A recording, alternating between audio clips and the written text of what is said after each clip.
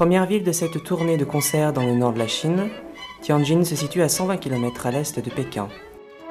Cette mégapole, peuplée de 10 240 000 habitants, a plongé immédiatement l'orchestre symphonique lyonnais et leur chef, Philippe Fournier, dans la réalité chinoise. Une réalité qui nous fait dire que nous ne sommes pas au bout de nombreuses et belles surprises.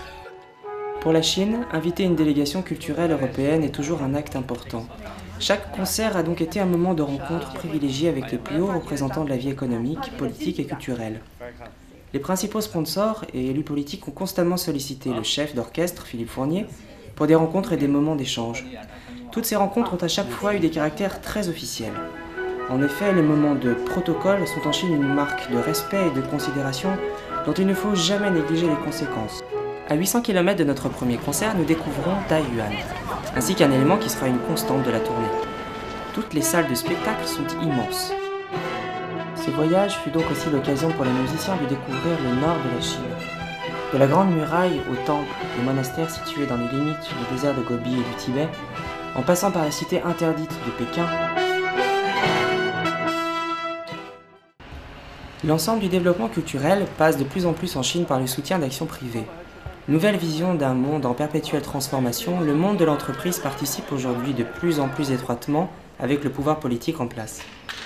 De retour à Tianjin, nous avions donc un concert privé réalisé pour des grands mécènes et des personnalités politiques importantes. La salle, plus modeste que d'habitude, recevait ce soir-là un petit millier de personnalités.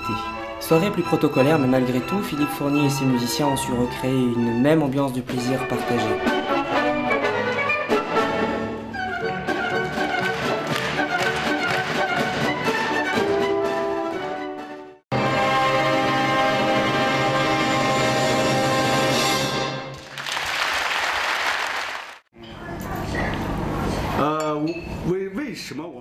Des réceptions toujours plus belles et de véritables moments d'échange. Malgré la barrière de la langue, il fut toujours facile d'échanger nos points de vue et nous avons beaucoup appris de la culture chinoise et de toute la richesse liée à la rencontre de nos deux civilisations. Pékin fut un moment étonnant de notre tournée. Impressionnante ville d'histoire et ville politique, où les traditions et le poids du passé font un mélange détonnant avec l'individualisme des jeunes et le capitalisme naissant. L'orchestre a eu l'immense honneur de jouer dans la salle nationale du peuple, place Tiananmen. Encore aujourd'hui, très peu d'orchestres occidentaux ont eu ce privilège.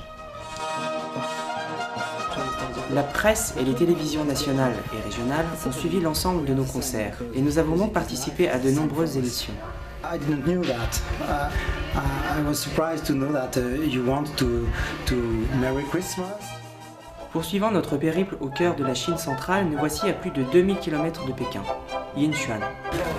La première page du journal.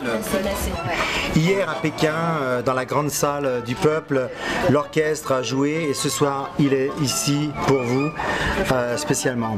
C'est de ce qu'on m'a dit un petit gymnase de 6000 places qui est rempli ce soir.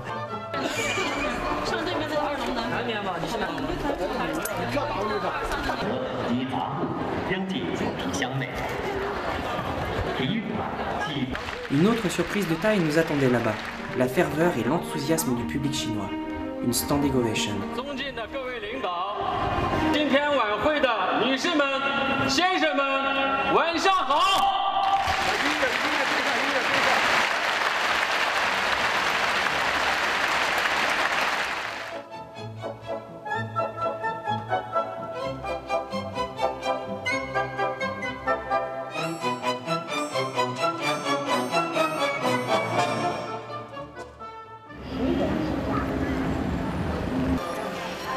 Ils ont 2700 personnes qui travaillent dans ce magasin qui vont me demander l'autographe. Le anniversaire du magasin. Oui, voilà. Ils ont fait une opération spéciale dans le magasin pour la fête, avec le concert du Nouvel An, c'est ça? Afin de remercier les principales entreprises chinoises qui ont soutenu les concerts, Philippe et ses musiciens ont été très sollicités dans des démarches de représentation.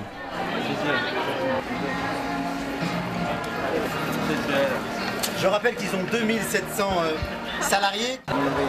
Ici, une chaîne de grands magasins était très fière de nous faire visiter la partie parfums et cosmétiques, où les grandes marques françaises ont d'ailleurs la première place. Ici, l'affiche de l'orchestre trône en haut d'un immeuble, et la venue de l'orchestre a contribué à l'inauguration d'un complexe immobilier de plus de 2000 appartements. Philippe Fournier découvre l'entrée de ce nouveau quartier avec la PDG de l'entreprise sous les feux d'artifice. Bref aperçu pendant le cocktail de l'immensité du projet immobilier. En effet, l'inauguration d'aujourd'hui lance également la deuxième phase d'un plan de 25 000 appartements.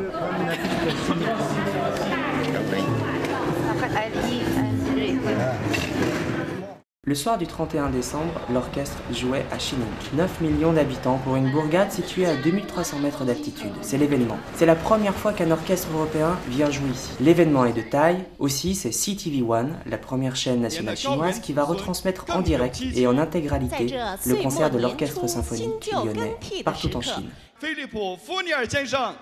On nous a informé qu'environ 200 millions de téléspectateurs suivaient le concert en Chine ce soir-là.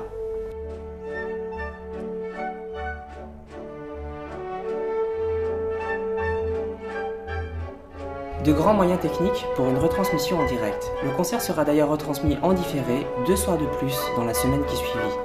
Les musiciens ont d'ailleurs le plaisir de pouvoir regarder l'intégralité sur la télévision de leur chambre d'hôtel à Shanghai, la veille de leur retour en France. Voilà le souvenir d'un voyage de 18 jours et d'une rencontre chaleureuse et enrichissante avec le peuple chinois.